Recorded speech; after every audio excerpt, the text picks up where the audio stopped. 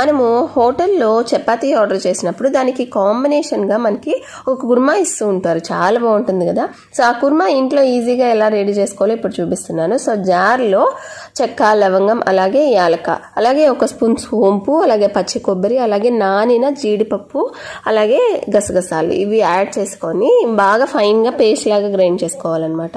కుక్కర్లో ఆయిల్ వేసుకొని ఇందులోకి జీలకర్ర, అలాగే ఆనియన్, టమాటా, క్యారెట్, బీన్స్, పొటాటో ఇవన్నీ యాడ్ చేసుకొని స్పైసెస్ యాడ్ చేసుకోవాలి. అలాగే అల్లం వెల్లుల్లి పచ్చిమిర్చి పేస్ట్ కూడా యాడ్ చేసుకొని పచ్చి వాసన పోయేంత వరకు వేయించుకొని ఉప్పు, పసుపు, 1 స్పూన్ కారం, కొంచెం గరం మసాలా ఇవి యాడ్ చేసుకొని మనము ఆల్రెడీ గ్రైండ్ చేసి పెట్టుకున్నాం కదా కొబ్బరి, సోంపు పేస్ట్.